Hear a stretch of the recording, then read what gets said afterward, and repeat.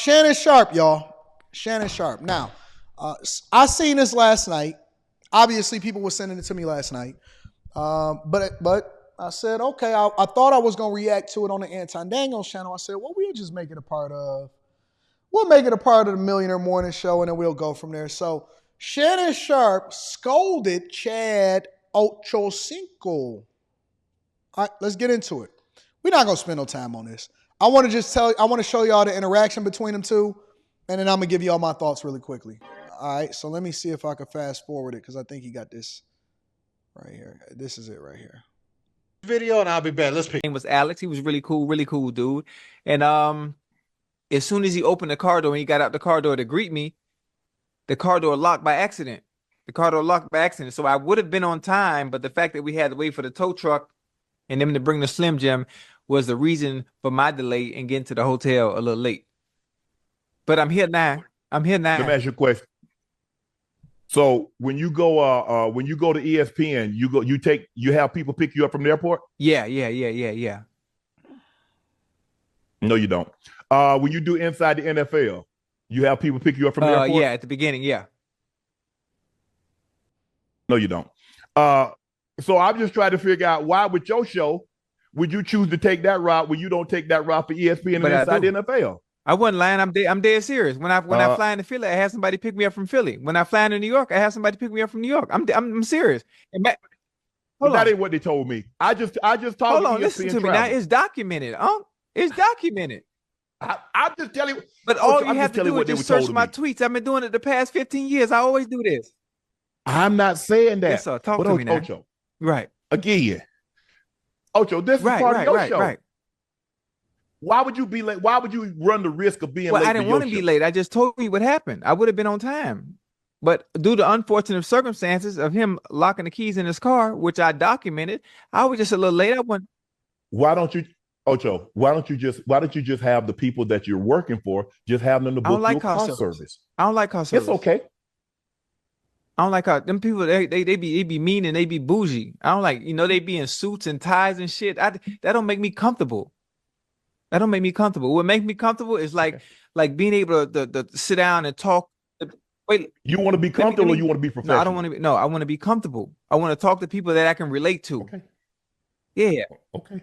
I'm just but see, here's the thing, Ocho. You say you want to be professional. You want to do ESPN. You want to do all these professional things, but you want to take a bootleg ride. No. I want to remain my authentic self the same way I always been and do those things. Is that okay? Okay. No. Okay. Let me know how that work out for you. So that was a conversation between Shannon Sharpe and Chad Ocho Cinco. All right. And apparently, and this happened on a live. That's the crazy part about it. This happened on a live. Now, let me say this. Anybody that's working for me in particular, or I don't even like to say working for me, anybody that's working with me, all right? You don't hear about stuff that happens behind the scenes because it's a way in which you do it as a boss. Now, I think that there's fault on both sides, and I think that there's growth that can happen on both sides. Number one, Shannon Sharpe is catching L's, and people are really going at his neck right now because they saying that, fresh off the heels of the Cat Williams and the Tyrese and all of these interviews, and every time he catch a dub, he starts to catch an L. And so what they're basically saying is Shannon Sharpe is feeling like he too good, or he getting too big for his britches because of the way that he's talking to Chad Ocho Cinco. Now, here's the part, right? Where Shannon messed up is that he should have had this conversation offline. Unless they just trying to continuously create content.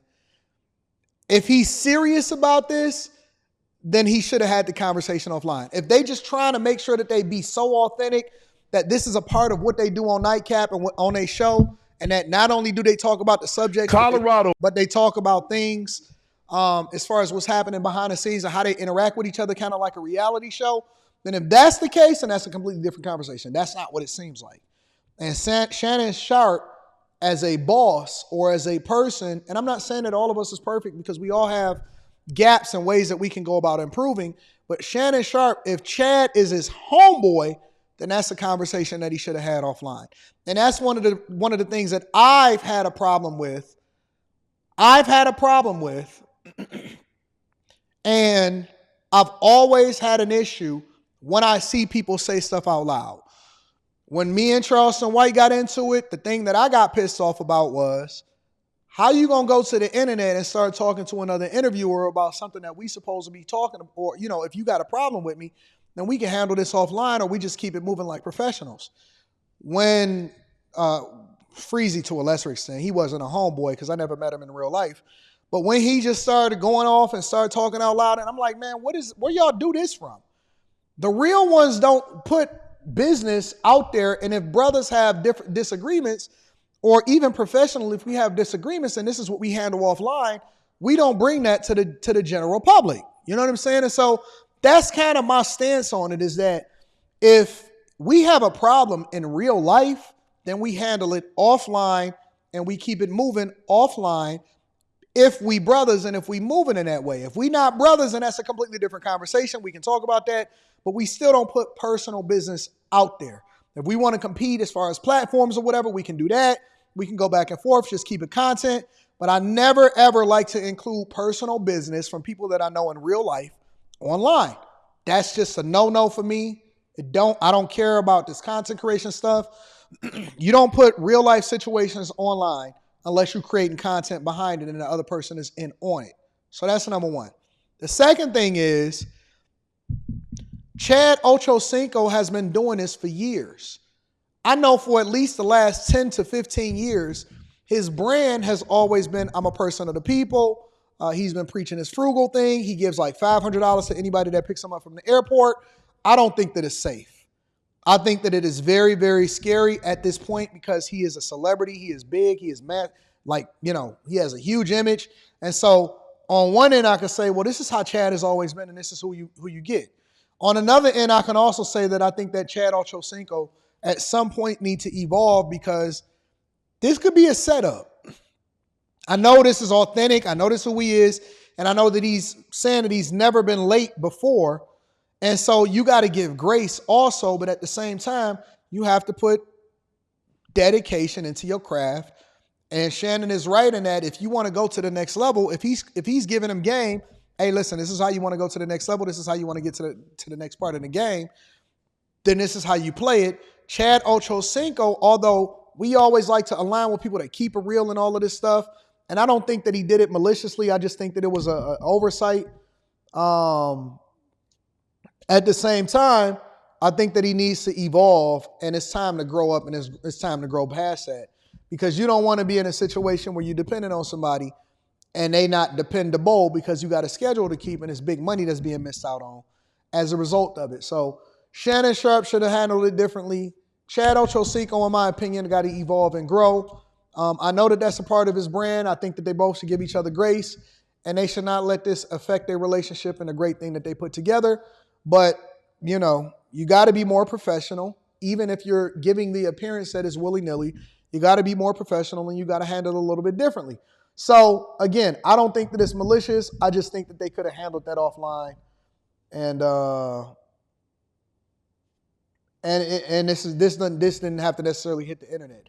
Now, I heard that Shannon tried to clear it up a little bit because he was also expressing disdain, and he was feeling some type of way about the fact that his team that they got editors, they got camera people, they got other people that's a part of the show, that the team and the lighting and the audio and all of this stuff is not operating the way that it's supposed to.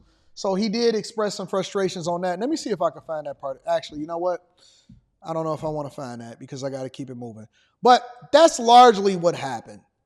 Shannon Sharpe kind of scolded and sunned Ocho Cinco. And it wasn't like an inspiring thing like, hey, man, I'm pushing you to be better. I want you to be greater. It was more like, hey, man, I'm holding you accountable for not being on time. It be people that don't be on time. It be people that have life circumstances. People get off of work late. They dealing with stuff. And I'm talking about on my side. And of course, I know that I'm not as big as Nightcap. But on my side is people all the time that be having problems and issues, or, they got to take vacations and stuff. And I just have to adjust around it, and we figure it out offline. And I never go off and I never scold my people. I just work with them and I just try to figure out how we can move around it and how we can make adjustments so that we, can continue to keep the show moving because the show got to go on regardless of whether you're here or not. So that's just my approach to it. I try to take it a little bit differently and a little bit more professional offline. And part of that is also because I've ran a lot of businesses. And then I've also operated in corporate America where you had to maintain a level of professionalism regardless of what the circumstances is. So that's just my thoughts. Y'all might have a different opinion. I'm curious as to what y'all think inside of the chat. Let me know.